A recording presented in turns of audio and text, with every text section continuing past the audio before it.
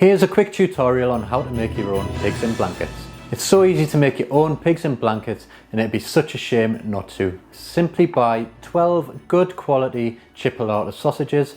I like the nice long ones. And then we need to wrap each sausage in one rasher of Smokey bacon. Just simply lay your bacon down onto a surface, and then on a slight angle place the sausage on, and then roll it up nice and tight until it's fully wrapped.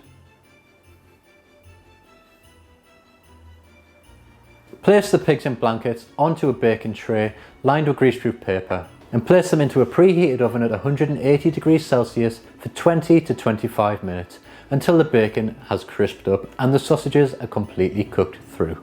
If you want to step them up another notch, you could always glaze them with some honey, or even better, honey mustard. So that's how I make my pigs in blankets. I hope you enjoyed this one. Thanks for watching, and I'll see you in the next video.